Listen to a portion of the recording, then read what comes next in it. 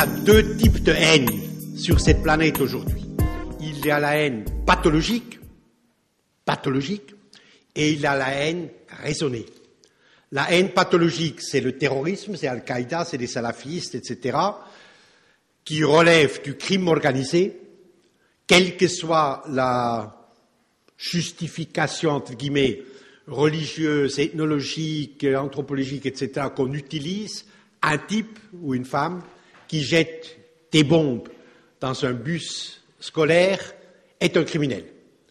Et je ne parle pas ici dans ce livre du tout de la haine pathologique, qui est un problème policier qu'il faut combattre avec tous les moyens. Par contre, ce qui fait objet de ce livre, c'est la haine raisonnée, la rupture avec l'ordre cannibale du monde, la renaissance aux confins sud de notre planète de formidables mouvements identitaires, de renaissance identitaire, de mouvements de résistance qui, dans certains pays déjà, aboutissent, comme en Bolivie, à Caracas, en Équateur, à la construction d'un État souverain capable de discuter d'égal à égal.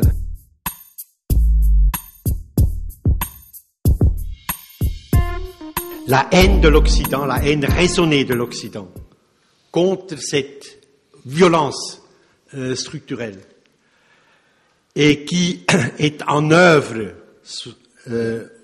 dans plusieurs continents déjà de l'hémisphère sud, à trois sources historiques. La première, je l'ai dit rapidement, la première c'est la mémoire blessée. La deuxième, c'est le double langage permanent de l'Occident dominateur. Et le troisième, bien sûr, c'est cet ordre cannibale du monde dont nous parlerons plus en détail tout à l'heure. D'abord, la mémoire blessée. Chose extraordinairement étonnante. La mémoire blessée des peuples, je vous lis rapidement Aimé Césaire, j'habite une blessure sacrée.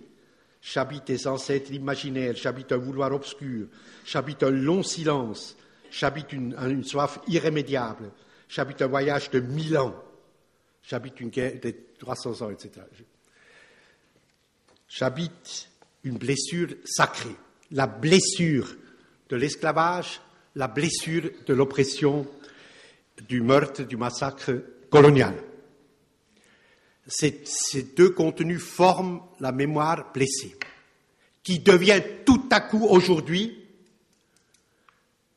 conscience politique, force politique, mouvement social, renaissance identitaire.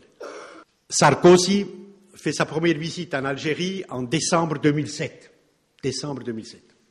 pour négocier des accords pétroliers entre la France et l'Algérie, des choses tout à fait banales. La délégation française s'assied à la table à Albiat, sur les hauteurs d'Alger, dans le palais présidentiel. En face s'assied la délégation algérienne.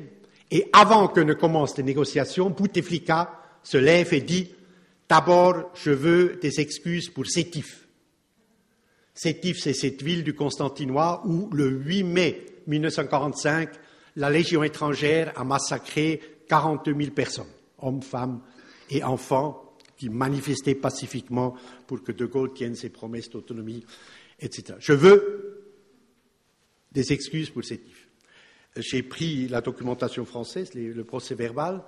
Sarkozy répond textuellement, et on peut le comprendre, un peu étonné, répond « Je ne suis pas venu pour la nostalgie ».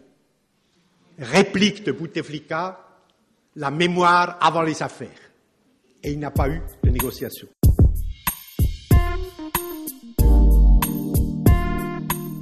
Deuxième raison, source, bien sûr, c'est le double langage de l'Occident. Il est vrai que les droits de l'homme sont nés en Occident, sont nés des Lumières, du rationalisme anglais et français, mais dans la pratique quotidienne aujourd'hui, les ambassadeurs et ambassadrices au Conseil des droits de l'homme, c'est 47 États qui doivent veiller à l'application de la déclaration par les États membres, est celle d'une hypocrisie totale, catastrophique. Et je voudrais vous donner très rapidement dans la foule d'exemples à disposition, un exemple pour vous montrer les conséquences.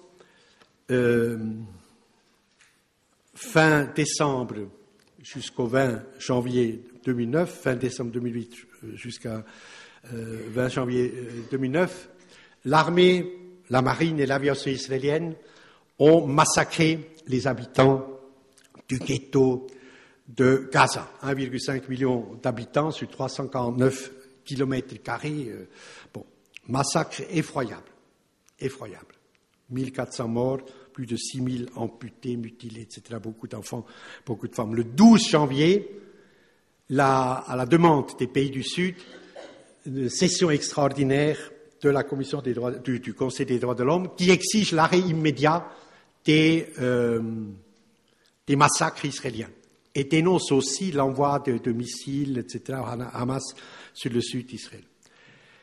Les Occidentaux refusent cette résolution.